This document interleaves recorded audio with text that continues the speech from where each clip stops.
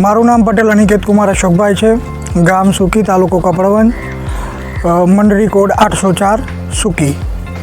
હું છેલ્લા 2-3 વર્ષથી આ સેક્સીમેન ડોઝનો યુઝ કરું છું અને એનાથી મને સારામાં સારું વાછડીનું ઉત્પાદન મળેલું છે. અને મારા જોડે અત્યારે 2 સેક્સીમેન ડોઝની વાછડી વિયાન થયા બાદની તૈયાર છે. એક આ પહેલી જ છે. એનું પર ડે દૂધ 25 થી 26 લીટર પર ડેનું છે અને આનું દિવસનું 18 થી 20 લીટર જેવું દિવસનું આનું દૂધ છે. ગાભણ ક્યારે પહેલી વાર ક્યારે એનું કાયમ થયું?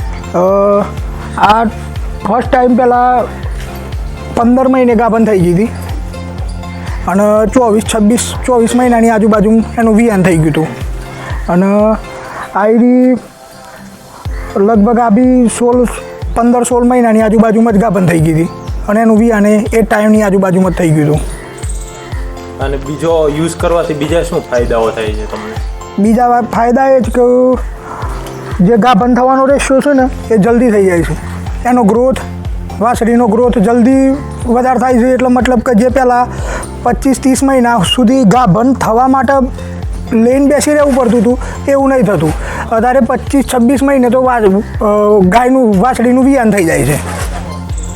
વહેલું વિયાન થાય તો વહેલા દૂધ ઉત્પાદન ચાલુ થઈ જાય અને પછી વિયાન બાદ બી ગાભણ થવામાં કોઈ ઇસ્યુ આવતા નહીં. અત્યારે તમારી પાસે કેટલી સેક્સીમેનની પાડી વાછડીઓ છે? મારા જોડે અત્યારે આ 2 મોટી છે, એના વગર બીજી 3 છે. અરે 3 ને 2 5 છે બીજી.